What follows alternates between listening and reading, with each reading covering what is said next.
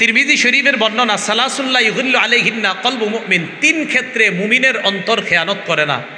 এক নাম্বার ইখলাসুল আমালি লিল্লাহ, মুমিন সব আমল ইখলাসের সাথে করবে, এই ক্ষেত্রে তার অন্তর খেয়ানত করে না। দুই, ওয়ান নাসিহাতুল বুলাতিল মুসলিমিন, মুমিন মুসলমান শাসকদেরকে উপদেশ দেওয়ার ক্ষেত্রে তার অন্তর খেয়ানত করবে না, উপদেশ দিতে সে সুন্দরভাবে উপদেশ দিবে মুসলমান শাসকদেরকে। তিন নাম্বার হল লুজুমুল জামাআ, দলবদ্ধভাবে হয়ে থাকার ক্ষেত্রে মুমিনের অন্তর কখনো খেয়ানত করবে না। সে চাইবে আমি যেন দলবদ্ধভাবে হয়ে জান্নাতি দলের সাথে, মুসলমানের বৃহৎ জান্নাতি দলের সাথে থাকতে পারি। এই ক্ষেত্রে মুসলমানের অন্তর, মুমিনের অন্তর কখনো খেয়ানত করতে পারে না। রওজাতুল কোরআন একাডেমি হিফজ মাদ্রাসার শুভ উদ্বোধন উপলক্ষে ইসলাহি মাহফিলে গুরুত্বপূর্ণ আলোচনা পেশ করেছেন মাওলানা কারি আব্দুর রহিম আল মাদানী, খতিব, ডিআইটি প্রজেক্ট, কেন্দ্রীয় জামে মসজিদ, বাড্ডা, ঢাকা। আলোচনা পেশ করেছেন আমার বন্ধু, একসাথে আমরা পড়াশোনা করেছি, শ্রদ্ধেয় মুফতি রিজওয়ান রফিকি ভাই, পরিচালক মাদ্রাসা মার্কাজুন নূর, বোর্ড বাজার, গাজীপুর। আজকের মাহফিলের সম্মানিত সভাপতি হাফেজ মাওলানা গাজী আল মাহমুদ, মুহতামিম জামিয়া ইসলামিয়া মদিনাতুল উলুম, গাজীপুর, যার আহ্বানে আপনারা এখানে উপস্থিত হয়েছেন, মুফতি আনোয়ার শাহ, মুহতামিম অত্র মাদ্রাসা ও শেখুল হাদিস জামিয়াতুর রহমা, গাজীপুর, খতিব সাইনবোর্ড বাজার, কেন্দ্রীয় জামে মসজিদ, জাবি, গাজীপুর। উপস্থিত হজরত উলামায়ে কেরাম, মুসলমান ভাইয়েরা, আশেপাশে বিভিন্ন বাসা বাড়িতে অবস্থানরত শ্রদ্ধা মা বোনেরা, আল্লাহ পাক রব্বুল আলমিনের দরবারে শুকরিয়া আদায় করছি, আল্লাহ আমাদেরকে এই ইসলাহি মাহফিলে উপস্থিত হওয়ার তৌফিক দান করেছেন বলে আলহামদুলিল্লাহ। আজকে মাহফিলটা হলো আপনার হিফজ মাদ্রাসার শুভ উদ্বোধন উপলক্ষে। তো মাদ্রাসা কেন্দ্রিক মাহফিল, এই জন্য আমরা মনোযোগ সহকারে কিছু কথা শুনব। কোরআন হাদিসের জ্ঞান অর্জন করা, এটা কিছু পদ্ধতি হলো একাডেমিক পদ্ধতি, যেটা মাদ্রাসায় থেকে হয়। আবার কিছু আছে ওয়াজ মাহফিল, জুমার নামাজের আগে বয়ান, তো সেটা হলো আপনারা সর্বসাধারণ যারা, তাদের জন্য শিক্ষা ব্যবস্থা। কারণ আপনাদের অনেকে গার্মেন্টসে চাকরি করেন, অনেকে গাড়ি চালান, অনেকে অফিস করেন, অনেকে ব্যবসা করেন, সবার জন্য একাডেমিক পদ্ধতিতে পড়াটা সম্ভব হয়ে ওঠে না। তো এই জন্য আপনাদের জন্য মাঝে মাঝে শিক্ষার ব্যবস্থা যেখানে করা হয়, এটা হলো জুমার আগের বয়ান, বিভিন্ন মসজিদে তাফসির মাহফিল, আর বিভিন্ন সময় ইসলাহি মাহফিল অথবা ওয়াজ মাহফিল। তো এই যে আপনারা বিভিন্ন জায়গায় কষ্ট করে যান, হেঁটে যান, রিক্সায় যান, জ্যাম ঠেলে যান, এইভাবে ভ্রমণ করে যাওয়াটা কষ্ট করে, হয়তো এখানে অনেকে কাছ থেকে, অনেকে আবার অনেক দূরে থেকে আসছেন। যারা দূর থেকে আসছেন তারা নবীদের সুন্নত আদায় করছেন। মুসা আলাইহিস সালাতু ওয়াস সালাম, এই মুসা আলাইহিস সালাতু ওয়াস সালাম জ্ঞান অর্জন করার জন্য ভ্রমণ করেছেন। সহিহ বুখারীর বর্ণনা ৭৪ নম্বর হাদিস। এই হাদিসের মধ্যে আসছে, মুসা আলাইহিস সালাতু ওয়াস সালাম একবার বনি ইসরাইল সম্প্রদায়ের মাঝে বয়ান করছিলেন, আলোচনা। এক ব্যক্তি আসছে, আসার পর বললেন, হাল তা'লামু আহাদান আ'লামা মিনকা, আপনি কি আপনার চাইতে বড় কোনো জ্ঞানী ব্যক্তি এই পৃথিবীতে আছে বলে আপনার জানা আছে? এটা এক ব্যক্তি মুসা নবীকে জিজ্ঞাসা করলেন। তো মুসা আলাইহিস সালাতু ওয়াস সালাম জবাব দিলেন, না, নাই। তো এই জায়গায় একটা বিষয় মনে রাখবেন, সাধারণত কোনো যুগে যেই নবী আসে, ওই নবী সবচেয়ে শিক্ষিত হয়, এটা হলো নিয়ম। যেই যুগে যেই নবী থাকেন তিনি হন সবচেয়ে শিক্ষিত। সেই হিসাবে মুসা নবীর জবাব ঠিক আছে। কিন্তু আল্লাহ তাআলা চেয়েছেন যে মুসা নবী আমার প্রতি যদি একটু ইঙ্গিত করে বলতো যে আল্লাহ ভালো জানেন, তাহলে বিষয়টা আরো সুন্দর হতো। তো মুসা নবী বলছে না, নাই। তো আল্লাহ বললেন বালা আব্দুনা খাজির, হ্যাঁ আছে, আপনার চাইতেও কিছু বিষয় বেশি জানে এমন একজন মানুষ আছে দুনিয়াতে, তার নাম খাজির, আমার বান্দা। সুবহানাল্লাহ। মুসা নবী পেরেশান, এই লোকের কাছে আমার যাইতে হবে। এইটা কে? যার কাছে এমন বিদ্যা আছে, এরে তো আমার বের করতে হবে। সূরা কাহাফের ৬০ নম্বর আয়াতে আল্লাহ বলেন وَإِذْ قَالَ مُوسَى لِفَتَاهُ لَا أَبْرَحُ حَتَّى أَبْلُغَ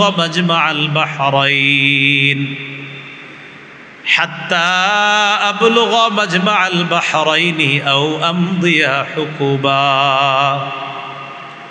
স্মরণ করুন ওই সময়কে মুসা আলাইহিস সালাতু ওয়াস সালাম যখন তার গোলাম যুবক ইউশা ইবনে নুনকে বললেন লা আবরাহু হাত্তা আবলুগা মাজমাআল বাহরাইন, আমি চলতেই থাকবো, আমি রাস্তা অতিক্রম করতেই থাকবো, তুমিও আমার সাথে চলতে থাকবে, যতক্ষণ না দুই সমুদ্রের মিলনস্থলে পৌঁছবো, অথবা এই দুই সমুদ্রের মিলনস্থল না পাওয়া পর্যন্ত আমি দীর্ঘ একটা যোগ কাটিয়ে দিব। খজিরকে না পাওয়ার আগ পর্যন্ত যুগের পর যুগ যদি কাটিয়ে দিতে হয় তাও আমি কাটিয়ে দিব, তারপরও তার কাছ থেকে বিদ্যা অর্জন করতে হবে। একজন নবী যুগের পর যুগ কাটাই দিতে চায় বিদ্যা অর্জন করার জন্য। আমরা তো এমন অবস্থা হয়ে গেছে এখন, বিদ্যা অর্জন একদম পুরা পানি ভাতের মতো বানায় নিছে। আগেকার মাদ্রাসাগুলোতেও নিয়ম ছিল কি জানেন? প্রত্যেক ক্লাসের ছাত্ররা উস্তাদের সামনে কিতাব নিয়ে যাইতেন। দেশ গ্রামের এখনো অনেক মাদ্রাসার নিয়ম হলো, গ্রাম অঞ্চলের এখনো অনেক মাদ্রাসার নিয়ম, ক্লাস শেষ করে ছাত্ররা করার পর কিতাবগুলা নিয়ে পরের ঘন্টা, পরের ক্লাস যেই কিতাব যে উস্তাদের কাছে, ওই কিতাবটা নিয়ে ওই উস্তাদের রুমে চলে যায়। তা এখন তো আপনার আর ওই নিয়ম না, এখন উস্তাদরাই আসে ক্লাসে। ক্লাস উচিত ছিল আসা না যাওয়া, যাই হোক সে বিষয়ে বলছি না। মুসা আলাইহিস সালাতু ওয়াস সালাম খজিরকে তালাশ করার জন্য বের হয়ে গেলেন। হিস্ট্রিতে আমি যাব না, খজিরের ব্যাপারে আমার লম্বা আলোচনা আছে। আপনারা যারা আমার বয়ান দেখেন, দেখছেনও হয়তো, দেখে থাকবেন, লম্বা আলোচনা আছে, দেখবেন। মুসা আলাইহিস সালাতু ওয়াস সালাম বিশাল একটা ঘটনা ঘটছে, ঘটার পর যাক খজিরকে পাইছে, পাওয়ার পর সালাম দিস। খজির বললেন কে? এখানে আবার সালাম কোত্থেকে? মুসা নবী বললেন মুসা। কোন মুসা? বনি ইসরাইলের মুসা। জি, বনি ইসরাইলের মুসা। আপনি এখানে? আল্লাহ বলছে আপনি এমন বিদ্যা জানেন যে বিদ্যা আমি জানি না, সেই বিদ্যা অর্জন করার জন্য আপনার কাছে আসছে। ইতিমধ্যে একটা পাখি সমুদ্রের মধ্যে মুখ দিয়া মুখটা উঠেছে, উঠানোর পর আপনার ঠোঁটের মাথায় সামান্য একটা ফোঁটা লেগে রয়েছে। তো যাই হোক, এই যে পানির ফোঁটাটা আপনার মুখ দিল, উঠাইলো, আর এই যে সামান্য একটু পরিমাণ পানি খাইলো। পাখি আর পানি ঠুকুর দিয়ে কর্তুক খায়। খজির মুসা নবীকে বললেন যে আল্লাহ পাক রব্বুল আলামিনের কাছে এত বিদ্যা, এই সারা পৃথিবীতে যত বিদ্যা আছে আমাদের সবার বিদ্যা আল্লাহর কাছে ওই পাখির মুখে উঠানো সামান্য এই যে ফোঁটাটা দেখলাম, এই এক ফোঁটা পানি, এর মানে আমাদেরকে আল্লাহ এই এক ফোঁটা পরিমাণ বিদ্যা দিছে, আর পুরা মহা সমুদ্র বিদ্যা আল্লাহর কাছে রেখে দিছে। এতেই আমগরে তো মনে করেন কে দেখে যে আমার চেয়ে কি বেশি পারে, কি অবস্থা আমগো এক একজনের। হ্যাঁ, শেখুল হাদিস, আল্লামা, মুফতি, মুহাদ্দিস, পোস্টারে এটা না নিলে যাব না, ওইটা না লিখলে আমি যাব না, সেটা লিখতে হবে তারপর যাব, এটা না লিখলে যাবই না। কত শর্ত থাকে আমাদের, ঠিক না? আল্লাহ হেফাজত করেন। কিসের এত শর্ত দিই বলেন? কি যোগ্যতা আছে আমাদের এইগুলা বলা যে এটা লিখতে হবে, ওটা লিখতে হবে, না হয় যাব না? সারা দুনিয়াতে একটুক মাত্র বন্টন করে দিছে, তো আমি আপনি পাইছি কটুক, পাইলামই বা কটুক বন্টনে? মহাসমুদ্র তো সেখানে রয়ে গেছে। আল্লাহ কথা বুঝার তৌফিক দান করে। মুসা আলাইহিস সালাতু ওয়াস সালামকে বলতেছেন, আপনি যেই বিদ্যা জানেন এটা আমি জানি না, আবার আল্লাহ আমারে কিছু বিদ্যা শিক্ষা দিছে, এটা আবার আপনার জানা নাই। তো মুসা আলাইহিস সালাতু ওয়াস সালাম খজিরকে বলতে লাগলেন, হাল আত্তাবিউকা আলা আন তুআল্লিমানি মিম্মা উল্লিমতা রুশদা। আল্লাহ আপনাকে যে বিদ্যা দিয়েছে এই বিদ্যা অনুসরণ করার জন্য, এই বিদ্যা অর্জন করার জন্য আমি কি আপনার অনুসরণ করতে পারি? খজির জবাব দিলেন, ক্বালা ইন্নাকা লান তাসতাতিআ মাইয়া সাবরা। আপনি তো ধৈর্য ধারণ করতে পারবেন না আমার সাথে। কে বললেন? খজির। মুসা আলাইহিস সালাতু ওয়াস সালাম বললেন, সাতাজিদুনি ইনশাআল্লাহু সাবিরা। আপনি আমাকে ধৈর্যশীল পাবেন, আপনার সাথে আমাকে নিতে পারেন, ধৈর্যশীল পাবেন। তো খজির বললেন, লা তাসআলনি আন শাইইন হাত্তা উহদিসা লাকা মিনহু যিকরা। আমি কিছু না বলা পর্যন্ত আমারে কোনো প্রশ্ন করবেন না, খালি দেখতে থাকবেন আর ধৈর্য ধরতে থাকবেন, কোনো প্রশ্ন করবেন না। এখান থেকে শিক্ষা কি? সামনে আলোচনা পরে যে আমরা, শিক্ষা হলো কিছু জানতে হলে ধৈর্য লাগবে, কিছু জানতে হলে ধৈর্য লাগবে, এটা একটা বিষয়। তো দোনোজন চলতে লাগলেন, যাইতে যাইতে সামনে নদী। দোনোজনের কারো কাছে নৌকায় চড়ার মতো, জাহাজে চড়ার মতো ভাড়া নাই। নৌকার মাঝি খজিরকে চিনে ফেলছে, পরিচয় আছে, নদীর আশেপাশে প্রায় সময় দেখে, সেই খাতিরে উঠায় নিস, মুসা নবীরে উঠাইছে। জাহাজে চড়ার পর আল্লাহ বলেন, হাত্তা ইদা রাকিবা ফিস সাফিনাতি খরকহা। জাহাজে দুজন উঠলেন, খরকহা জাহাজটারে ছিদ্র করে দিছে খজির, এটারে ছিদ্র করে দিছে। মুসা আলাইহিস সালাতু ওয়াস সালাম বলেন, আপনি কামটা করলেন কি? আখরাকতাহা লিতুগরিকা আহলাহা। এই মানুষগুলারে ডুবানোর জন্য আপনি এটা ছিদ্র করছেন? বলছিলেন আমি কিছু না বলা পর্যন্ত কোনো প্রশ্ন করবেন না, খালি দেখবেন। খজির কয়, আমি না আপনারে বলছি কিছু জিজ্ঞাসা করবেন না? খজিরকে বলতেছে, লাকাদ জিতা শাইআন ইমরা। আপনি খারাপ কাজ করছেন, আপনি নৌকা ছিদ্র করে। খজির বললেন, আপনারা বলছি আপনি প্রশ্ন করবেন না। মুসা নবী গো, ঠিক আছে ঠিক আছে, আমি ঠিক করি নাই, আর হবে না এরকম। আবার চলতেছে, চলতে চলতে হাত্তা ইদা লাকিয়া গুলামা। দুজনে একটা গোলামের সাথে সাক্ষাৎ, একটা বালকের সাথে সাক্ষাৎ। খজির তাকে ধরলেন, ধইরা মাইরা ফেলছে, হত্যা করছে। আচ্ছা, আমার আপনার সামনে একটা মানুষ হত্যা করছে, কেমন লাগবে বিষয়টা? মুসা আলাইহিস সালাতু ওয়াস সালাম বললেন, আকাতালতা নাফসান যাকিয়াতাম বিগাইরি নাফস লাকাদ জিতা শাইআন নুকরা। আপনি অন্যায়ভাবে একটা ছেলে হত্যা করলেন, আপনি মহা অন্যায় করছেন। খজির বললেন, ক্বালা আলাম আকুল্লাকা ইন্নাকা লান তাসতাতিআ মাইয়া সাবরা। আমি না বলছি আপনি ধৈর্য ধরতে পারবেন না? মুসা নবী বললেন, ক্বালা ইন সাআলতুকা আন শাইইন বা'দাহা ফালা তুসাহিবনি ক্বাদ বালাগতা মিন লাদুন্নি উযরা।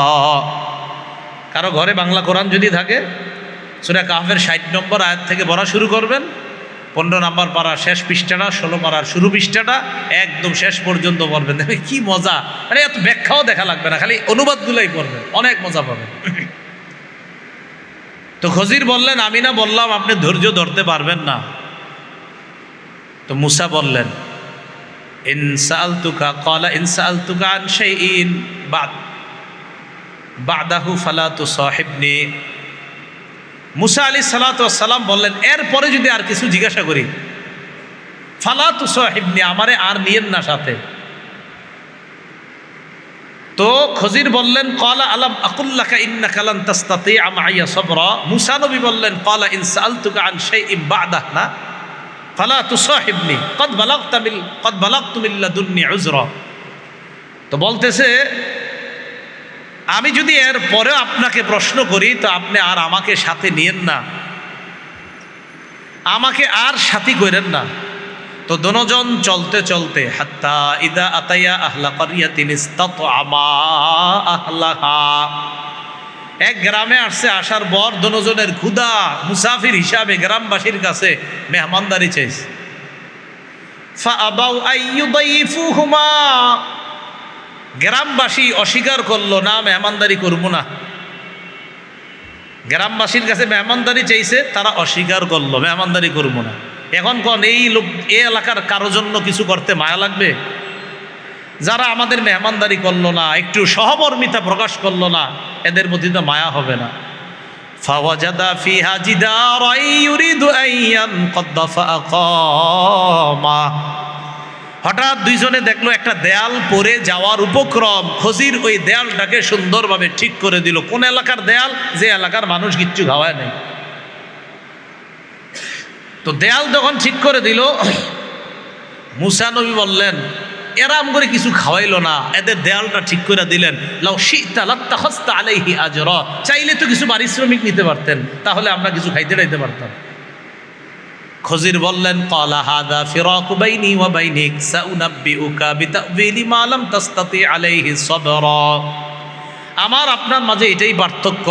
আমি আপনাকে এখন ব্যাখ্যা করব যেই বিষয়ের এতক্ষণ ব্যাখ্যা দেই না, আর যেই বিষয়ের ব্যাপারে আপনি ধৈর্য ধরতে পারেন নাই, সাউনাব্বিউকা আপনাকে জানাবো বিতা'ওয়িলি মা, ওই জিনিসের ব্যাখ্যা, লাম তাসতাতি আলাইহি, যেই বিষয়ে আপনি ধৈর্য ধরতে পারেন, সবর ধৈর্য ধারণ করতে পারেন নাই, এই জিনিসের ব্যাখ্যা এখন আপনাকে আমি শোনাবো।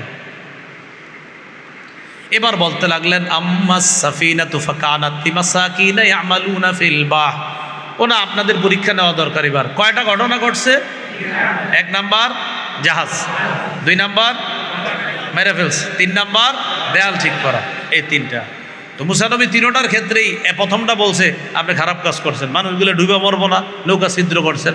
আরেকটা বলল একটা ছেলে অসহায়, কত মাসুম বাচ্চা, এরা আপনি মেরে ফেললেন, এটা কোনো কথা?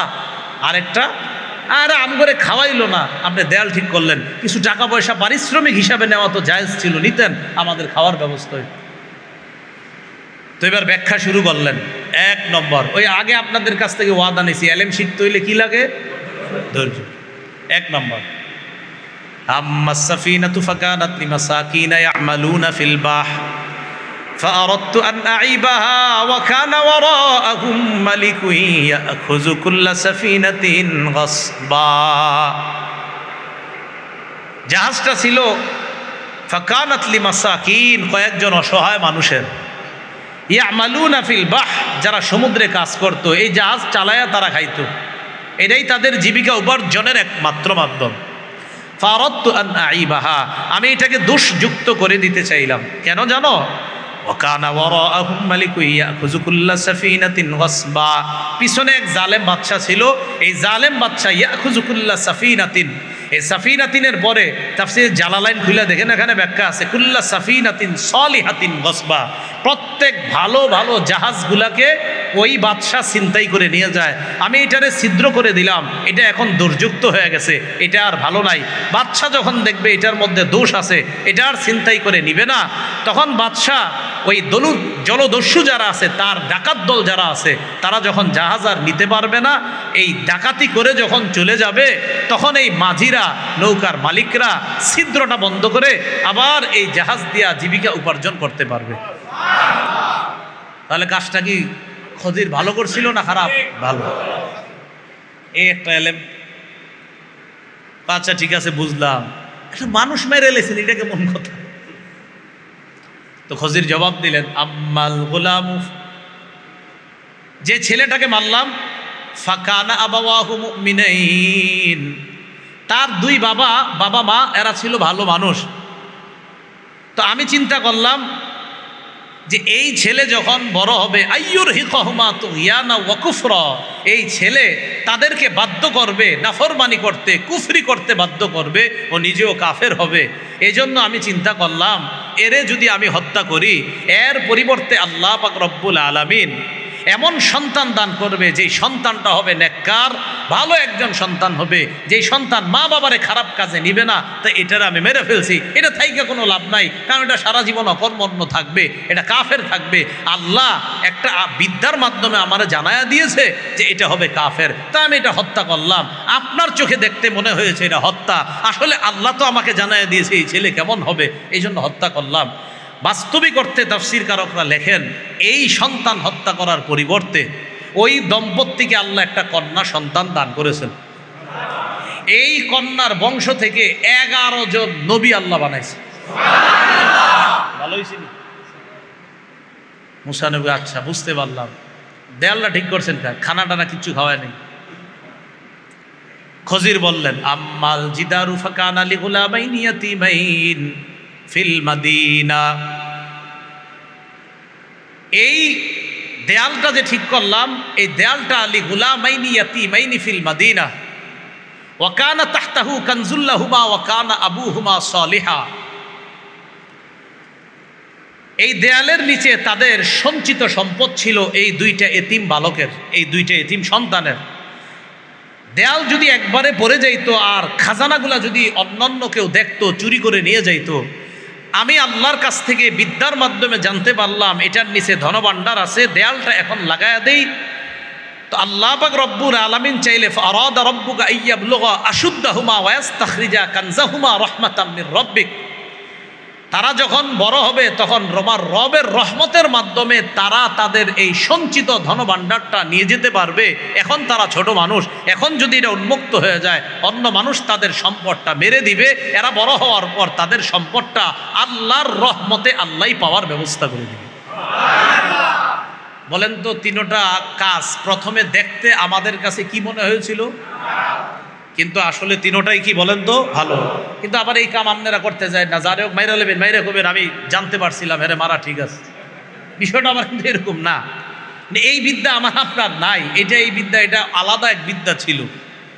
এখন আপনি আপনার একজনে গিয়া কি করলেন, লঞ্চে উঠলেন 10 তলা, আপনি নিচে ফুটা করে দিলেন না, আপনি কি করলেন, আমি জানতে পারছি এখানে বিশাল বড় এক তিমি এই লঞ্চে খাইয়া ফেলবে, এইগুলা করেন না কিন্তু আবার। তো মুসা আলাইহিস সালাতু ওয়াস সালামের যে বিষয়টা বুঝাইতে চাইলাম, বলেন তো এলেমের প্রতি একজন নবীর আগ্রহ ধৈর্য কি পরিমাণ থাকলে তিনি বেচাইন পেরেশান হয়ে গেলেন যে আল্লাহ বলছে আপনার চেয়ে বড় জ্ঞানী আছে, বাস ওই জ্ঞানীর থেকে জ্ঞান আহরণ করার জন্য তিনি বের হয়ে পড়লেন। আল্লাহ আমাদের সকলকে জ্ঞান অর্জন করার জন্য আগ্রহ ধৈর্য সবগুলা যেন আল্লাহ আমাদের সকলকে দান করেন। এইখানে আমরা যারা আসলাম বা বিভিন্ন দূর দূরান্ত থেকে আপনারা যারা আসেন, একটা হাদিস আপনারা মনে রাখবেন, ইবনে মাজাহ কিতাবের নাম, মুকাদ্দিমায় হাদিসটা আসছে 223 নম্বর হাদিস।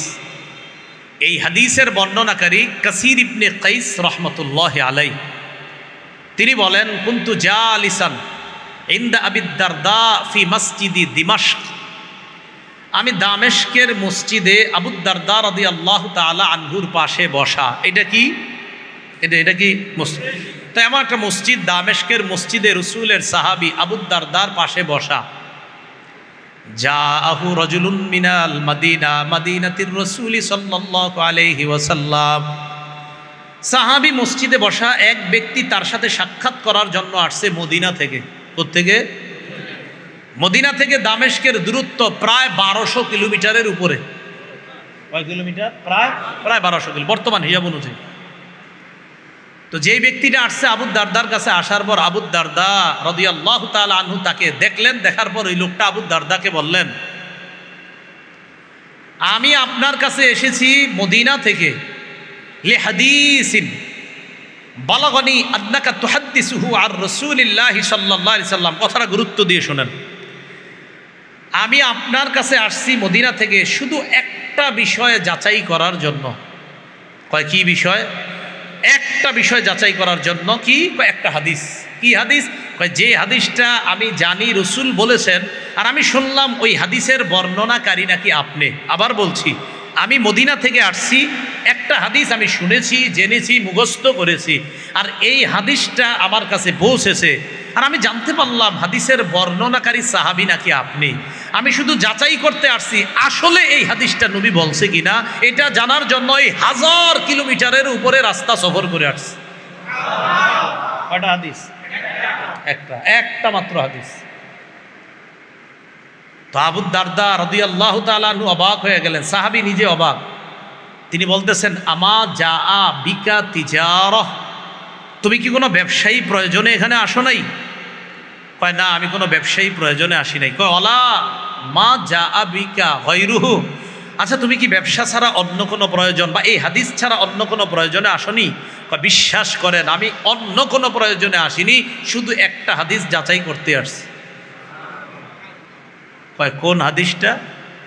কয় আপনি নাকি রসুলের থেকে হাদিস বর্ণনা করেন এটা। ক্বালা রাসূলুল্লাহ সাল্লাল্লাহু আলাইহি ওয়াসাল্লাম, মান সালাকা তরিকান ইয়ালতামিসু ফীহি ইলমা সাখালাল্লাহু লাহু তরিকান ইলাল জান্নাহ। রাসূলুল্লাহ সাল্লাল্লাহু আলাইহি সাল্লাম বলেছেন, যে ব্যক্তি ইলম অর্জন করার জন্য রাস্তা অবলম্বন করে, বিদ্যা অর্জন করার জন্য ইলমের পথ অবলম্বন করে বিদ্যা অর্জন করতে যায়, আল্লাহ জান্নাতে যাওয়ার জন্য তার রাস্তা সহজ করে দেয়। উলামায়ে কেরাম এটার ব্যাখ্যা লেখছেন, সহজ করার অর্থ কি? নামাজ পড়তে যাবেন, জুমার নামাজের আগে বয়ান হয়, বাসা থেকে নিয়ত করে যাবেন আজকে জুমার আগে যে বয়ান হবে এখানে আমি বিদ্যা অর্জন করব, ইলম অর্জন করব। কোনো মাহফিল, তাফসির মাহফিল, ইসলামী মাহফিল, মাদ্রাসার মাহফিলে যাওয়ার আগে নিয়ত করবেন আমি কিছু জ্ঞান অর্জন করব, ইসলামের কিছু জ্ঞান অর্জন করব। এই যে আপনি রাস্তা অতিক্রম করে যাবেন, আল্লাহ পাক রব্বুল আলামিন রাস্তাগুলা মেপে রাখবেন। কিয়ামতের ময়দানে যেই পরিমাণ রাস্তা আপনি অতিক্রম করেছেন এই পরিমাণ কমায়া আল্লাহ আপনাকে জান্নাত দিবেন। দুনিয়াতে বেশি গেছেন, আল্লাহ ওখানে কমাবে। তো কয় এই হাদিসটা আমি শুনছি, এটা আপনি নাকি রসুলের থেকে বলেন? আবু দারদা কয়, হ্যাঁ নবীজি এই হাদিস বলছে। এখন এই মাদ্রাসার ছাত্র যারা হবে হেফজখানার, তারা যখন এখানে পড়তে আসবে তাদের জন্য রাসূলুল্লাহ সাল্লাল্লাহু আলাইহি সাল্লাম বলেন, ওয়া ইন্নাল মালাইকাতা লাতাদউ আজনিহাতাহা রিদাল লিতালিবিল ইলম। তালিবুল ইলম যারা রাস্তা দিয়ে যেই ছাত্রগুলো হাইটা যায়, অনেক সময় দেখবেন নীল ড্রেস থাকে, সাদা ড্রেস, এই বাচ্চাগুলারে কখনো বললেন না যে মা বাবার কোনো কাম পায় না এখানে দিছে। না না, এদেরকে একটু শ্রদ্ধা করেন, মায়া করেন, স্নেহ করেন, মমতা করবেন। একটু দুষ্টামি করলেও খারাপ দৃষ্টিতে এদের দিকে তাকায়েন না, একটু মাথায় হাত পুষায় দেন যে বাবা থাক, দুষ্টামি করো না, এরকম বললেন না। ছি এমন করে কেন? একটা বাচ্চা ছেলে 7-8 বছরের, তো রাস্তায় দুষ্টামি করতেই পারে। তো এই জন্য অন্য দৃষ্টি দিয়েন না। রাসূলুল্লাহ সাল্লাল্লাহু আলাইহি সাল্লাম বলেন, ইন্নাল মালাইকাতা লা তাদউ আজনিহাতাহা রিদান লিতালিবিল ইলম। ইলম অন্বেষণ করে যে বাচ্চাগুলা মাদ্রাসায় আসে, যে ছাত্ররা মাদ্রাসায় আসে, তারা যে রাস্তা দিয়ে যায়, ফেরেশতারা তাদের প্রতি খুশি হয়ে তাদের ডানা বিছায়া দেয়, আমাদের ডানার উপর দিয়ে তুমি চলো। তাহলে আমরা বাঁকা চোখে তাকাবো তাদের দিকে? না, মায়ার করে তাকায়। বিশ্বাস করে কত বাচ্চা ছেলেরা আমার সামনে দুষ্টামি করে রাস্তা কাটে, কেউ ধমক দিলে আমি বলি মা বুঝাই দে ভাই, এদেরকে ধমক দিয়েন না, এদের প্রতি এরকম রূঢ় আচরণ করেন না, বাচ্চা মানুষ বুঝে না। তাহলে আমরা ইনশাল্লাহ একটা জাতি যে আমরা বাচ্চা ছেলেরা একটু দুষ্টামি করতেই পারে, এজন্য খারাপ দৃষ্টিতে তাকাবো না। ঠিক আছে তো ইনশাল্লাহ? এরপরে রাসূলুল্লাহ সাল্লাল্লাহু আলাইহি সাল্লাম বলেন, ওয়া ইন্না তালিবাল ইলমি ইস্তাগফিরু লাহু মান ফিস সামাওয়াতি ওয়াল আরদ হাত্তাল হিতানি ফিল মা। ইলম অন্বেষণকারী ছাত্রদের জন্য, ছাত্রীদের জন্য আসমান জমিনের যত সৃষ্টি আছে, এমনকি সমুদ্রের মাছ তাদের জন্য দোয়া করতে থাকে। রাসূলুল্লাহ সাল্লাল্লাহু আলাইহি সাল্লাম বলেন, ওয়া ইন্না ফাদলাল আলিমি আলাল আবিদি কাফদলিল কমারি আলা সাইরিল কাওয়াকিব।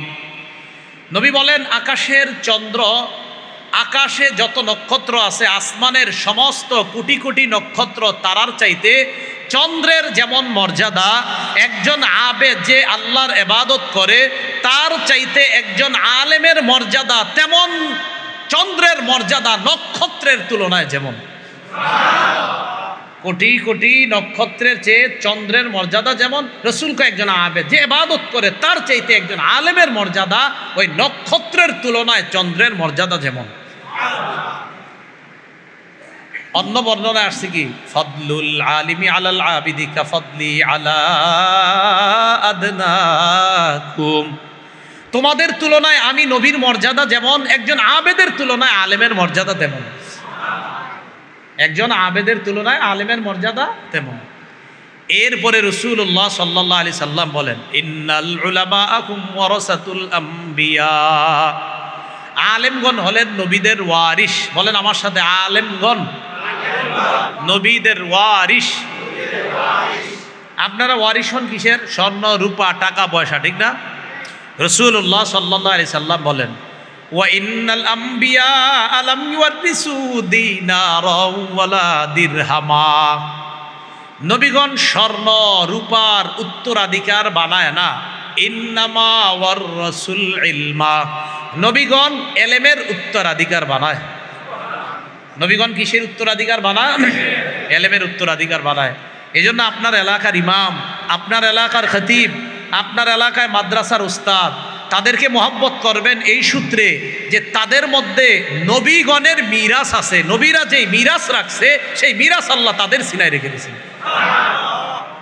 রাসূলুল্লাহ সাল্লাল্লাহু আলাইহি সাল্লাম বলেন যে নবীদের রেখে যাওয়া মিরাস মান আখাযাহু, যারা গ্রহণ করে, আখাযাহু বিহাজ্জিন ওয়াফিরিন, তারা সঠিক অংশটাই গ্রহণ করলো।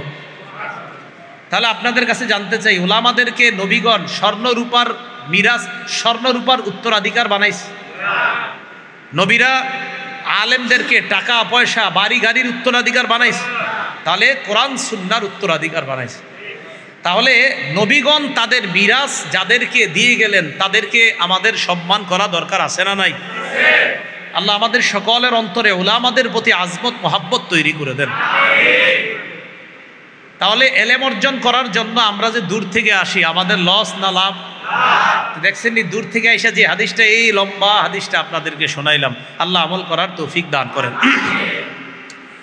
এলেম আমরা অর্জন করব যারা, জ্ঞান অর্জন করব যারা, এটা মাদ্রাসার ছাত্র হন অথবা মসজিদের জুমার আগের বয়ান হোক, ওয়াজ মাহফিল হোক, চারটা বিষয় মাথায় রেখে আমরা জ্ঞান অর্জন করব। বলেন কয়টা?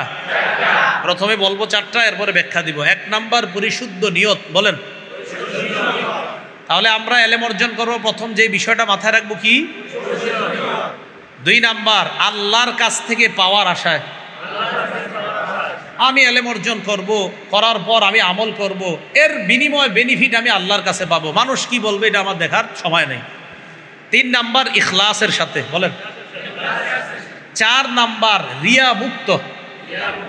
তাহলে আমরা শুধু এলেম অর্জন না, যত ইবাদত বন্দিগি যা করব সব ইবাদত বন্দিগিতে কয়টা বিষয় মাথা রাখবো? 1 নাম্বার পরিশুদ্ধ নিয়ত, শুধু পরিশুদ্ধ নিয়ত। 2 নাম্বার আল্লাহর কাছ থেকে পাওয়া। 3 নাম্বার ইখলাসের সাথে। 4 নাম্বার রিয়া মুক্ত। মনে থাকবো তো ইনশাআল্লাহ? তাহলে বলেন 1 নাম্বার পরিশুদ্ধ নিয়ত। সহিহ বুখারীর 1 নম্বর হাদিস, এই হাদিসের বর্ণনাকারী ওমর ইবনুল খাত্তাব রাদিয়াল্লাহু তাআলা তিনি বলেন, ক্বালা রাসূলুল্লাহ সাল্লাল্লাহু আলাইহি ওয়াসাল্লাম, ইন্নামাল আ'মালু বিন্নিয়াত, আমলের প্রতিদান নির্ভর করে নিয়তের উপর, পরিশুদ্ধ নিয়তের উপর। আমি আপনাদের সামনে এখন কথা বলতেছি, এই কথা বলাটা আমার মুখের কাজ। আমি আপনাদের সামনে যদি সত্য কথা বলি, এই সত্য কথা বলাটা আমার মুখের ভালো কাজ। খুব বুঝেন, আমি আপনাদের সামনে এখন যে কথা বলতেছি এটা যদি সত্য কথা হয়, এই সত্য বলাটা আমার মুখের ভালো কাজ। দিলে যদি আমি নিয়ত করি, পরিশুদ্ধ নিয়ত, যে আমি যে জনগণের সামনে আমার এই ভালো কথাটা বললাম, তার মানে আমি মুখের একটা ভালো আমল করলাম, আমার এই আমলের পিছনে পরিশুদ্ধ নিয়ত, আল্লাহ মানুষের সামনে যে আমি আমার এই ভালো আমলটা করতেছি, এই জন্য আমার নিয়তটা কিন্তু পরিশুদ্ধ। কলবে নিয়ত পরিশুদ্ধ আর আমলটা যদি সঠিক হয়, আল্লাহ কবুল করবে। তাহলে 1 নাম্বার পরিশুদ্ধ নিয়ত। নিয়তের ক্ষেত্রে আবার 4টা নিয়ত বিশেষভাবে করব, বুঝেন? কিন্তু বাচ্চা দিতেছে, নিয়তের ক্ষেত্রে আবার কয়টা নিয়ত? প্রথমে তো চারটা, ওই চারটা না, এই প্রথম চারটার প্রথম যে হেডলাইনটা এটার মাঝে আবার চারটা। নিয়ত করব কয় ধরনের? এক নাম্বার, আল্লাহকে খুশি করার জন্য আমি আমার জীবনের সমস্ত ইবাদত বন্দেগী করব, এলেম অর্জন করব, আমল করব, সব কারে খুশি করার জন্য? আল্লাহকে খুশি করার জন্য। নাসাই শরীফের বর্ণনা 3140 নম্বর হাদিস। এই হাদিসের বর্ণনাকারী আবু উমামা বাহিলি রাদিয়াল্লাহু তাআলা তিনি বলেন, জাআ রাজুলুন ইলান নবী সাল্লাল্লাহু আলাইহি ওয়াসাল্লাম, এক ব্যক্তি আল্লাহ রসুল সাল্লাল্লাহু আলাইহি সাল্লামের কাছে আসলেন। আসার পর রাসূলুল্লাহ সাল্লাল্লাহু আলাইহি সাল্লামকে বললেন, আফারাআইতা রাজুলান গাযা ইয়ালতামিসুল আজরা ওয়াজ যিকরা মা লাহু ইয়া রাসূলুল্লাহ। হে আল্লাহর রসুল, আমি আপনার কাছে জানতে চাই, এক ব্যক্তি জিহাদের ময়দানে গেছেন, যাওয়ার পর আল্লাহ তোমার রাস্তায় জিহাদ করেছে, জিহাদ দ্বারা তার উদ্দেশ্য হলো পুণ্য কামাই করা আর নাম ফুটানি করা। কয়টা উদ্দেশ্য? কয়টা? এক নাম্বার আল্লাহর কাছ থেকে পুণ্য পাবে, দুই নাম্বার নাম ফুটানি, যে মানুষ জানবে আমি বড় এক বাহাদুর মুজাহিদ ছিলাম। তাহলে ওই উনি জিহাদ করছে কয় নিয়তে? এক নাম্বার প্রতিদান, দুই নাম্বার অজিক্র, মানুষ আমার নাম কাম স্মরণ করবে, আমাকে লম্বা সময় মানুষ আমাকে স্মরণ করবে, যুগের পর যুগ আমাকে ভুলে আমাকে মানুষ মনে রাখবে, এই নিয়তে জিহাদ করছে। মা লাহু ইয়া রাসূলুল্লাহ, হুজুর তার সওয়াব কি হবে আপনার কাছে জানতে চাই। ফাকাল রাসূলুল্লাহ সাল্লাল্লাহু আলাইহি ওয়াসাল্লাম, লা শাইআ লাহু, কই কিচ্ছু পাবে না সে। নাউজুবিল্লাহ। আমি আপনাদের সামনে বয়ান করতেছি, প্রথমত বয়ানে আমার নিয়ত আল্লাহ বয়ান করে দুইটা মানুষ যদি হেদায়েত হয়, এই নিয়তে যে এই মানুষটা হেদায়েত হলে আমার জান্নাতে যাওয়ার কারণ হবে, আর আমারও যেন যুগের পর যুগ মানুষ মনে রাখে আরিফ বিন হাবিব বলতে একজন ছিল। শেষ কি? শেষ? জি শেষ। আমি বলছি শেষ। এই যে আমার এই বয়ানে কাজ হবে না, শেষ। রাসূলুল্লাহ সাল্লাল্লাহু আলাইহি সাল্লাম বলেন যে যেই ব্যক্তি এই নিয়তে জিহাদ করলো সে আল্লাহর কাছে প্রতিদানও পাবে, আবার তার নাম কাম মানুষ আলোচনা করুক সে কিচ্ছু পাবে না। যিনি প্রশ্ন করছে উনি অবাক হয়ে আদাহা সালাসা মাররাত, প্রশ্নটা আবার 3 বার রিপিট করছে। হুজুর কিচ্ছু পাইব না? সে তো আল্লাহর কাছ থেকে পাওয়ার আশা করছে। হুজুর কিচ্ছু পাবে না? 2 বার। হুজুর কিচ্ছু পাবে না? নবীজি বললেন না, কিচ্ছু পাবে না। এরপর রাসূলুল্লাহ সাল্লাল্লাহু আলাইহি সাল্লাম বললেন, শোনো ভালো করে মনে রাখবা, ইন্নাল্লাহা লা ইয়াকবালু মিনাল আমালি ইল্লা মা কানা লাহু খালিসা। আল্লাহ পাক রব্বুল আলামিন ওই আমল কবুল করবেন না যতক্ষণ আমলটা আল্লাহর জন্য না হবে আর এটার দ্বারা আল্লাহকে খুশি করা উদ্দেশ্য না হবে, ততক্ষণ ওই আমল আল্লাহ কবুল করবেন না। তাহলে আল্লাহর জন্য আমল আর আল্লাহকে খুশি করা উদ্দেশ্য হলেই ওটা আল্লাহ কবুল করে নেবেন। তো বলেন, আজকে থেকে নামাজ রোজা ইবাদত বন্দেগী আমি সুন্দর করে নামাজ পড়বো, আমি বিশুদ্ধ তেলাওয়াত করব, আমার নামাজটা অনেক সুন্দর করব, এই সব কারে দেখানোর জন্য করব? নাকি এরকম হুজুর নামাজ পড়মু সওয়াবও পামু আর 10 জন বলবে কি সুন্দর নামাজ রে, নাকি? না, আমি সুন্দর নামাজ শুধু রবকে দেখাবো। হ্যাঁ, কেউ যদি আমার নামাজ দেখা প্রশংসা করে এটা তার ব্যাপার। ও এটার একটা হাদিস আছে, মনে করে গেছে। এক সাহাবী কয়, হুজুর আমার যদি নিয়ত না থাকে প্রশংসা কামানো, তাইলে কি হবে? রসুল কয়, তোমার যদি প্রশংসা কামানোর নিয়ত না থাকে, এরপরেও যদি জনগণ প্রশংসা করে, সেটা আল্লাহর পক্ষ থেকে তোমার জন্য অনুগ্রহ। না না, বুঝাইতে পারিনি। আপনি ভালো আমল করছেন, তো এক সাহাবী কয়, হুজুর আমল কইরা যদি আমার এই নিয়ত না থাকে যে মানুষ আমারে প্রশংসা করবে না, মুসলিম শরীফের হাদিস, রসুল কয় তোমার যদি প্রশংসা কামানোর নিয়ত না থাকে, এরপরেও তুমি নামাজ সুন্দর মতো আল্লাহকে খুশি করার জন্যই পড়তেছো, তোমার নিয়ত আল্লাহকে দেখানো, তোমার নিয়ত আল্লাহর কাছ থেকে পাওয়া, এরপরেও মানুষ প্রশংসা করছে যে ওনার নামাজ অনেক সুন্দর, রসুল কয় যদি মানুষ না চাইতেও প্রশংসা করে, এটা আল্লাহর পক্ষ থেকেই তুমি পুরস্কার পাইছো। হাদিসে কি আসছে জানেন? হাদিসে আসছে যে এটা হলো তোমার আজিলু বুশরাল মুমিন, এটা দুনিয়াতে তোমার নগদ পুরস্কার। তাহলে কথাটা ভালো করে বুঝেন, আমাদের দেশের কেউ যদি ভালো কাজ করে, ভালো আলোচনা করে, ভালো ওয়াজ করে, ভালো কিছু করে, অনেক মাদ্রাসা করছে, করার পর তার নিয়ত আল্লাহকেই খুশি করা, কিন্তু আপনারা তার প্রশংসা করতেছেন, রসুল বলেন এটা হলো তার দুনিয়ার নগদ পুরস্কার, কারণ সে তো প্রশংসা চায় নাই, তোমরা করছো, কেমন যেন আল্লাহ তোমাদেরকে দিয়েই প্রশংসা করিয়েছেন। তাহলে দুইটা পার্থক্য বুঝেইছিনি। মানে আমার নিয়ত প্রশংসা কামাই করা হবে না, বাকি মানুষ করলে এটা আল্লাহর পক্ষ থেকে নেওয়া। আশা করি আমি বুঝাইতে পারছি। কিন্তু না পারলেও আল্লাহ যেন সঠিক বুঝদান করে দেন। তো এরপর রাসূলুল্লাহ সাল্লাল্লাহু আলাইহি সাল্লাম বললেন যে না না ওই লোক পুণ্য পাবে না, না ওই লোক কিচ্ছু পাবে না, কিচ্ছু পাবে না, কারণ লোকটার নিয়তেই ছিল মানুষ তার প্রশংসা করুক, এই জন্য সে কিচ্ছু পাবে না। তাহলে বলেন তো নিয়ত জানি আবার কয় ধরনের? এক নাম্বার কারে খুশি করা? আল্লাহকে খুশি করা নিয়ত করা। দ্বিতীয় নিয়ত, আমি যা শিখবো যা জানবো এই অনুযায়ী আমল করব। আমি যা জানবো এই অনুযায়ী কি করব? আমল করব। খতিব সাহেব মিম্বর থেকে বলল সুদ খাওয়া হারাম, সুদ খাওয়া। আপনি এই নিয়তে বসতে হবে যে আজকে আমাকে যা যা বলবে যেইগুলা হারাম আমি হারামগুলা বর্জন করব, যেইগুলা হালাল হালালগুলা ধরব। এখন আপনি বিদ্যা অনুযায়ী যদি আমল না করেন, তিরমিজি শরীফের বর্ণনা 2416 নম্বর হাদিস, এই হাদিসের মধ্যে আসছে আব্দুল্লাহ ইবনে মাসউদ রাদিয়াল্লাহু তাআলা আনহুর বর্ণনা। তিনি বলেন ক্বালা রাসূলুল্লাহ সাল্লাল্লাহু আলাইহি ওয়াসাল্লাম, রাসূলুল্লাহ সাল্লাল্লাহু আলাইহি সাল্লাম বলেন লা তাজুলু কদামা ইবনি আদম হাত্তা ইউসআলা আন খামসিন, আদম সন্তানের দুই পা নড়বে না কিয়ামতের ময়দানে 5 প্রশ্ন করার আগ পর্যন্ত। এক নাম্বার আন উমরিহি ফিমা আফনা, এক নাম্বার জীবন সম্পর্কে প্রশ্ন, জীবন কোন কাজে কাটিয়েছে। 2 নাম্বার আন শাবাবিহি ফিমা আবলা, যৌবন সম্পর্কে প্রশ্ন করা হবে, যৌবন কোথায় কাটিয়েছে। ভাইও দরজা লাগায়া মা বাবার আড়ালে মোবাইলের গুনার মধ্যে লিপ্ত হয়েন না, আপনার জীবনটা নষ্ট করে দিয়েন না। ইলেকট্রনিক মিডিয়ার মাধ্যমে গুনাহ করে দুনিয়া আখিরাত বরবাদ করে দিয়েন না। আল্লাহ প্রশ্ন করবে কিয়ামতের মাঠে। 2 নাম্বার যৌবন তুমি কোথায় কাটিয়েছ। রাত 12টার পর 1টা 2টা 3টা পর্যন্ত দরজা বন্ধ করে মা বাবা ভাবতো তুমি পড়াশোনা করছো ইন্টারনেটে, তুমি যা করেছো আমি আল্লাহ তো দেখছি, বলো কি করছো। এটা 2 নাম্বার যৌবন। 3 নাম্বার ওয়ান মালিহি মিন আইনা ইকতাসাবা, সম্পদ তুমি কোত্থেকে কামাই করেছো।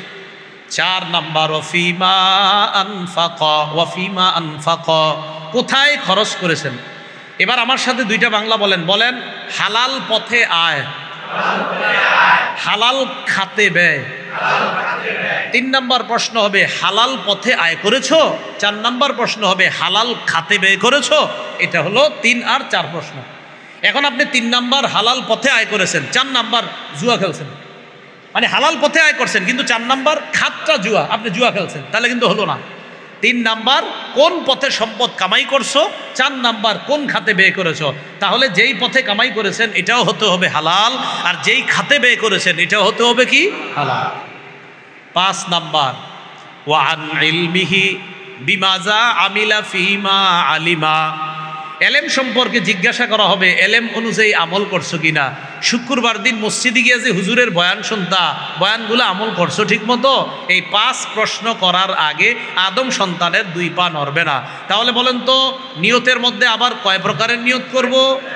1 নাম্বার কারে খুশি করা, 2 নাম্বার এলেম অনুযায়ী আমল করা, 3 নাম্বার আমরা যা জানবো তা অন্যের কাছে প্রচার করব, এই নিয়তে জানবো।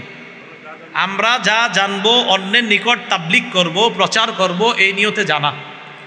আল্লাহ পাক রব্বুল আলামিন রাসূলুল্লাহ সাল্লাল্লাহু আলাইহি সাল্লামকে লক্ষ্য করে বলেন ইয়া আইয়ুহার রাসূল, হে রাসূলুল্লাহ সাল্লাল্লাহু আলাইহি সাল্লাম, হে মুহাম্মদ সাল্লাল্লাহু আলাইহি সাল্লাম, বাল্লিগ, আপনি প্রচার করেন, মা উনজিলা ইলাইকা, যা আপনার প্রতি অবতীর্ণ করা হয়েছে, মির রব্বিকা, আপনার রবের পক্ষ থেকে। হে রসুল আপনি প্রচার করেন যে আপনার রবের পক্ষ থেকে আপনার প্রতি ওহী হিসাবে নাজিল করা হয়েছে। তাহলে প্রচারের দায়িত্বটা নবীকে দিয়েছেন কে? এবার নবী আমগরে কি কয় দেখেন, বাল্লিগু আন্নি ওয়ালাউ আয়া, ও আমার সাহাবারা তোমরা আমার পক্ষ থেকে একটি আয়াত জানলেও প্রচার করে দাও। বলেন নবীকে প্রচার করার হুকুম করেছেন কে? আর আমাদেরকে একদম সমষ্টিগতভাবে সবাই একসাথে একদম সব মুসলমান উম্মতকে প্রচার করার হুকুম করেছেন কে? নবীজি। রাসূল সাল্লাল্লাহু আলাইহি সাল্লাম বলেছেন বাল্লিগু, প্রচার করো, বাল্লিগু, প্রচার করো। আল্লাহ করলেন রসুলকে হুকুম, রসুল আমাদেরকে বললেন শোনো আমার দায়িত্ব কিন্তু তোমাদের কাছে দিয়ে গেলাম, তোমরা নবী হবা না কিন্তু নবুয়তের যে দায়িত্ব, যে দ্বীনের দাওয়াতের দায়িত্ব, এটা তোমরা কিন্তু পুরা দুনিয়াতে প্রচার করবা। নবী হবে না কিন্তু নবীওয়ালা দায়িত্বটা প্রচার করা। এখন দেখেন বিদায় হজের ভাষণে সহিহ বুখারীর 105 নম্বর হাদিস, রাসূলুল্লাহ সাল্লাল্লাহু আলাইহি সাল্লাম সাহাবীদেরকে প্রশ্ন করলেন আইয়ু ইয়াউমিন হাজা, সাহাবীরা আজকে কোন দিন? সবাই চুপ। আজকে যে জিলহজের 10 তারিখ, নবীও জানে আজকে কোরবানির দিন, এই জন্য আমরা চুপ রয়েছি। নবীও তো জানে আজকে কোরবানির দিন, আমরা মনে করলাম আজকের নাম মনে হয় পরিবর্তন করবে। রাসূলুল্লাহ সাল্লাল্লাহু আলাইহি সাল্লাম বললেন, আলাইসা ইয়াউমান নাহ, আজকে কি কোরবানির দিন না? তো সাহাবীরা বললেন, জি হুজুর আজকে কোরবানির দিন। এরপরে বললেন, আইয়ু শাহরিন হাজা, এটা কোন মাস? আচ্ছা বলেন তো কোরবানি, আলেম ছাড়া অন্যরা বলেন কোরবানি কোন মাসে হয়? মাশাআল্লাহ, জিলহজ মাসে। তো সাহাবীরা কয়, এটা যে জিলহজ মাস, নবী তো জানে। আমরা চুপ রইলাম। হাত্তা জানান্না আন্নাহু সাইয়ুসাম্মিহি বিগাইরি ইসমি, আমরা মনে করলাম নবী মনে হয় অন্য কোনো নাম রাখবে। রাসূল আমাদেরকে বললেন, আলাইসা বিজিল হিজ্জা, এটা কি জিলহজ মাস না? আমরা বললাম, জি হুজুর জিলহজ মাস। এরপরে বললেন, আইয়ু বালাদিন হাজা, এটা কোন শহর? তো এই মক্কা শহর কে না চিনে, নবীজির জন্মভূমি মক্কা। তো সাহাবায়ে কেরাম বলে, আমরা চুপ রইলাম, আমরা তো জানি এটা মক্কা, নবীও জানে। ভাবলাম নবী কি অন্য কোনো নাম রাখবে কিনা। নবী বললেন, এটা কি পবিত্র শহর মক্কা না? এটা কি বালাদে হারাম না? তো সাহাবীরা বলে, জি হুজুর এটা বালাদুল হারাম।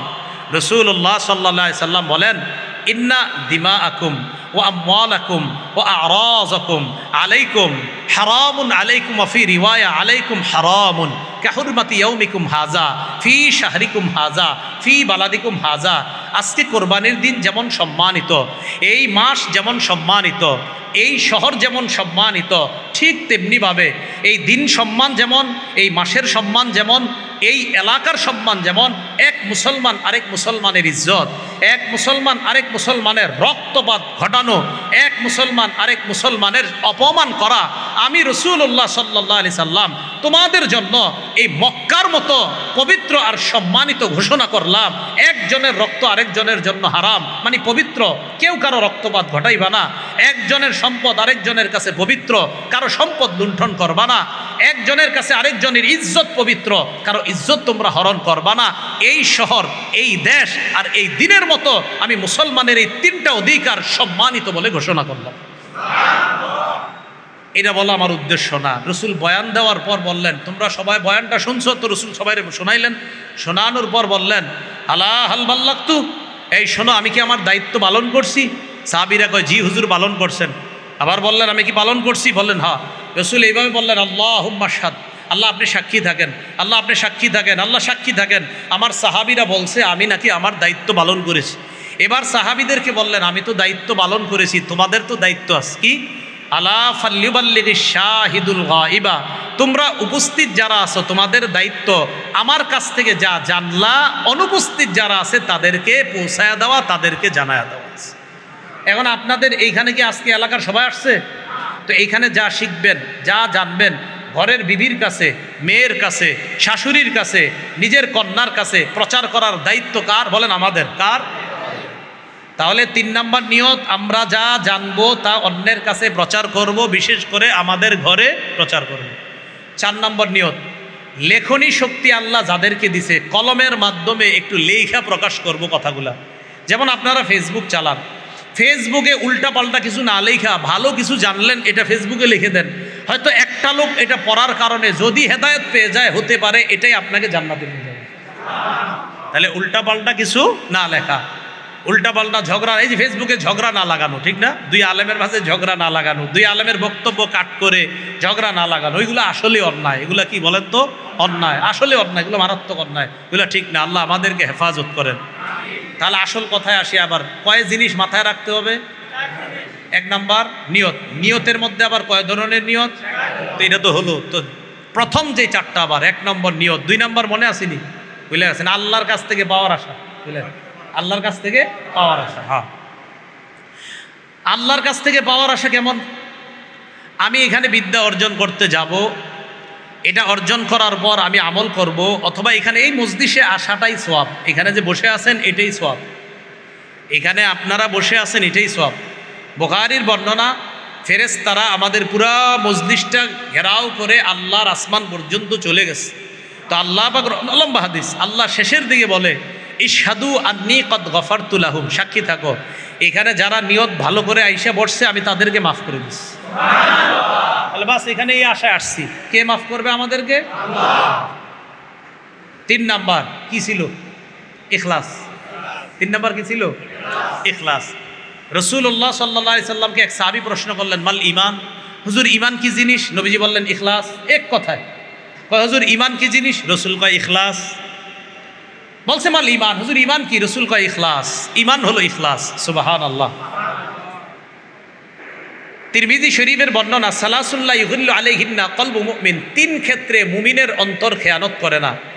এক নাম্বার ইখলাসুল আমালি লিল্লাহ, মুমিন সব আমল ইখলাসের সাথে করবে, এই ক্ষেত্রে তার অন্তর খেয়ানত করে না। দুই, ওয়ান নাসিহাতুল লিগুলাতিল মুসলিমিন, মুমিন মুসলমান শাসকদেরকে উপদেশ দেওয়ার ক্ষেত্রে তার অন্তর খেয়ানত করবে না, উপদেশ দিতে সে সুন্দরভাবে উপদেশ দিবে মুসলমান শাসকদেরকে। তিন নাম্বার লুজুমুল জামাআ, দলবদ্ধভাবে হয়ে থাকার ক্ষেত্রে মুমিনের অন্তর কখনো খেয়ানত করবে না, সে চাইবে আমি যেন দলবদ্ধভাবে হয়ে জান্নাতি দলের সাথে, মুসলমানের বৃহৎ জান্নাতি দলের সাথে থাকতে পারি, এই ক্ষেত্রে মুসলমানের অন্তর, মুমিনের অন্তর কখনো খেয়ানত করতে পারে না। তো এক নাম্বার ইখলাস, বলেন তো কি? তাহলে ইখলাসের ক্ষেত্রে মুমিনের অন্তর কখনো কি করতে পারে না? খেয়ানত করতে পারে না। আচ্ছা, ইখলাস নিয়ে আরেকটু কথা শেষে বলবো, আমি না বললে আমারে মনে করায় দিন, যে যদি না বলি একটু শেষ সামান্য একটু কথা বলবো। আচ্ছা, তাহলে এটা গেল তিন নাম্বার ইখলাস। চার নাম্বার কি ছিল? হ্যাঁ, মানুষকে দেখানো যাবে না। তিরমিজি শরীফের 1382 নম্বর হাদিস, লম্বা হাদিস, এই হাদিসের মধ্যে আসছে। এই হাদিসটা আমি আগেও বর্ণনা করেছি। আপনাদের অনেক ইউটিউবার মাশাআল্লাহ আবার ভালো কাজও করে মাঝে মাঝে, শেখ আহমদুল্লাহ, ডক্টর মিজানুর রহমান আল আজহারি আর আমার একটা বয়ান, তিনজনে আমরা এই হাদিসটা বিভিন্ন সেমিনারে বয়ান করছি। এরা আবার কেমনি জানি তিনজনের বয়ান এক জায়গায় নিয়ে আসছে, এটা সুন্দর হয়েছে, খারাপ হয়নি, এটা ভালো হয়েছে। শেখ আহমদুল্লাহ হাফিজাহুল্লাহ উনিও এই হাদিসটা বর্ণনা করছেন, ডক্টর মিজানুর রহমান আজহারি সাহেব, আরও ওলামায়ে কেরাম করছেন। তো এই তিনজনেরটা আবার এক জায়গায় আছে, এটা আবার ঠিক ছিল, এটা দেখলাম মানুষ দেখতেছে, আবার মানুষ অনুপ্রাণিত হচ্ছে, হ্যাঁ ঠিকই এই হাদিসটা, যে রিয়া করা যাবে না কোনো আমলের ক্ষেত্রে। রাসূলুল্লাহ সাল্লাল্লাহু আলাইহি সাল্লাম বলেন, কিয়ামতের মাঠে এই আবু হুরায়রা যে হাদিস বলতে গিয়ে ওই যে আপনার চারবার বেহুশ হয়েছে, আপনারা জানেন এই হাদিসটা আমি বর্ণনা করছি, পুরোটা হাদিস চারবার বেহুশ হয়েছে।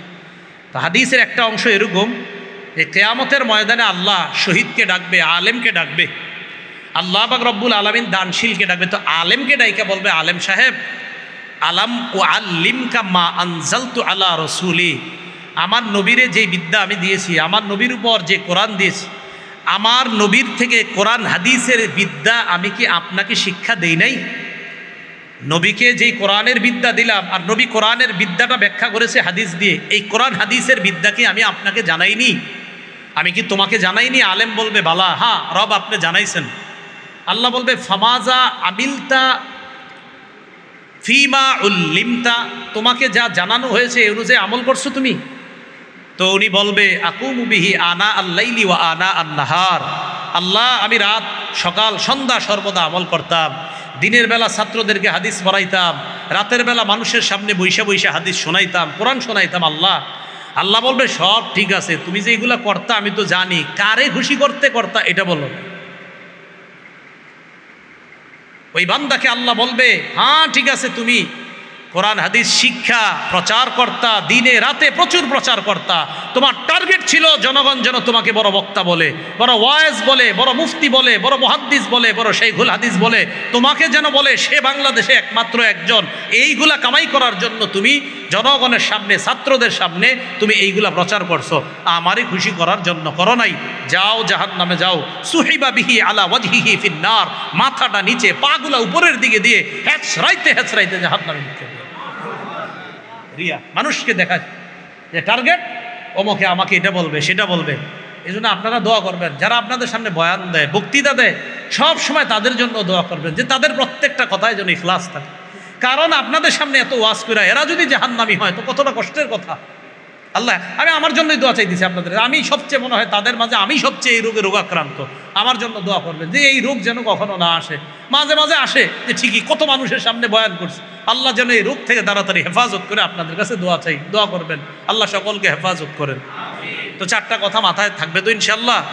পরিশুদ্ধ নিয়ত, আল্লাহর কাছে পাওয়ার আশা, ইখলাস, মানুষকে না দেখানো। এবার সর্বশেষ কথা, ইখলাস নিয়ে বলছি, একটা কথা বলবো, মাথায় আছে। আমরা দুনিয়াতে যত আমল করব, সব আমলে দুইটা কথা শর্টকাট মনে রাখবো। কয়টা বলেন আমার সাথে? খাঁটি, সঠিক। এই দুইটা শব্দ কি কঠিন না সহজ? তো তিনবার কন, খাঁটি সঠিক কন, আবার কন, সারা জীবন মনে রাখবেন নি। খাঁটি কারে কয়? খাঁটি বলা হয় কোনো আমল আল্লাহকে খুশি করার জন্য যদি করেন, এই আমলকে বলা হয় খাঁটি আমল। বলেন তো আপনারা, খাঁটি আমল কাকে বলা হয়? কোনো আমল, আবার বলেন, কোনো আমল খাঁটি আমল। হ্যাঁ, থামেন। তাহলে কোনো আমল আল্লাহকে খুশি করার জন্য করলে এটাকে কি বলা হয়? কোনো আমল নবীর, ওই আমলটাই যদি নবীর পদ্ধতিতে করেন, এই আমলকে বলা হয় সঠিক আমল। তাহলে কোনো আমল আল্লাহর জন্য করলে কি আমল, আর নবীর পদ্ধতিতে করলে। এবার দেখি আপনারা বুঝছেন কিনা। মনে করেন আমি পানি পান করলাম, বিসমিল্লাহ বলে আল্লাহকে খুশি করার জন্য, মানে আমি পানি পান করলে শক্তি সঞ্চয় হবে, শক্তি সঞ্চয় হলে আপনাদের সামনে কিছু কথা বলার শক্তি আমি পাবো। তাহলে পানি পান করলাম আল্লাহরে খুশি করার জন্য। পানের শুরুতে আমি ডান হাতে নিলাম, বিসমিল্লাহ বললাম, কার পদ্ধতিতে? আমি আল্লাহকে রাজি খুশি করার জন্য পান করলাম। কোন পদ্ধতিতে পান করলাম? তা আল্লাহকে খুশি করার জন্য হওয়ার কারণে নাম হবে কি এটার? খাঁটি। আর নবীর পদ্ধতিতে হইলে কি হবে নাম? আচ্ছা, আপনি 2 রাকাত নামাজ পড়লেন আল্লাহকে খুশি করার জন্য, এই 2 রাকাতের নাম হবে কি? খাঁটি। আর নবীর পদ্ধতিতে বললে তো মাশাআল্লাহ। কোন আমল যদি খাঁটি হয় আর সঠিক হয়, দেখেন একসাথে খাঁটিও সঠিক, আল্লাহ নগদ কবুল করবে।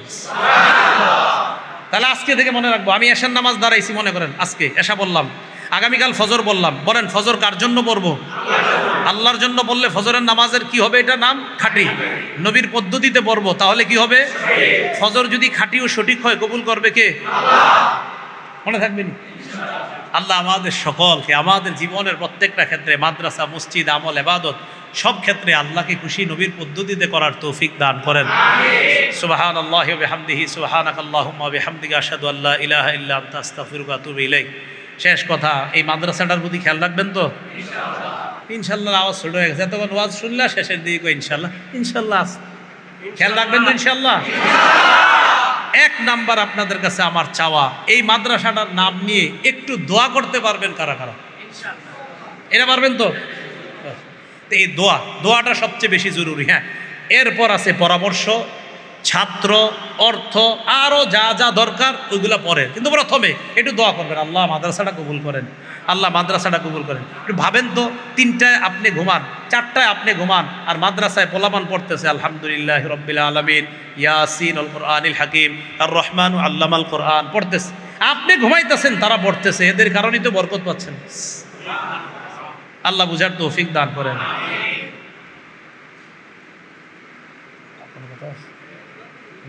اللهم صل على محمد وعلى ال محمد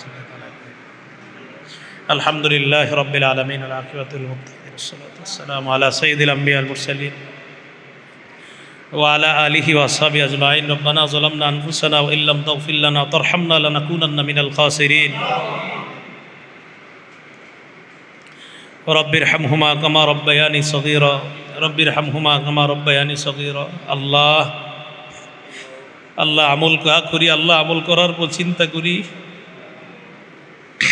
এটা আপনারে খুশি করার জন্য করছি কিনা মাওলা।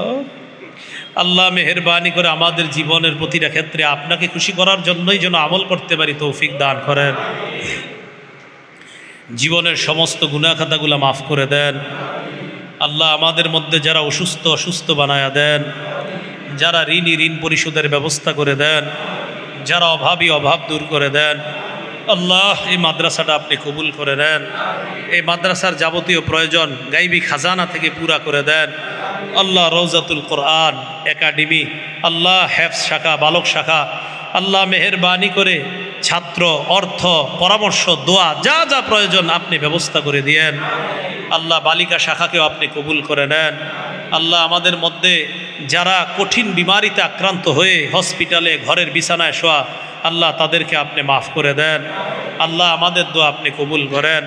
আমাদের মধ্যে যাদের মা বাবা, আত্মীয় স্বজন, পাড়া প্রতিবেশী, মুরব্বিয়ানে কেরাম কবর জগতে, তাদের কবরগুলা জান্নাতের বাগান বানায়া দেন আল্লাহ। আমাদের দোয়া আপনি কবুল করেন আল্লাহ, আমাদের দোয়া আপনি কবুল করেন।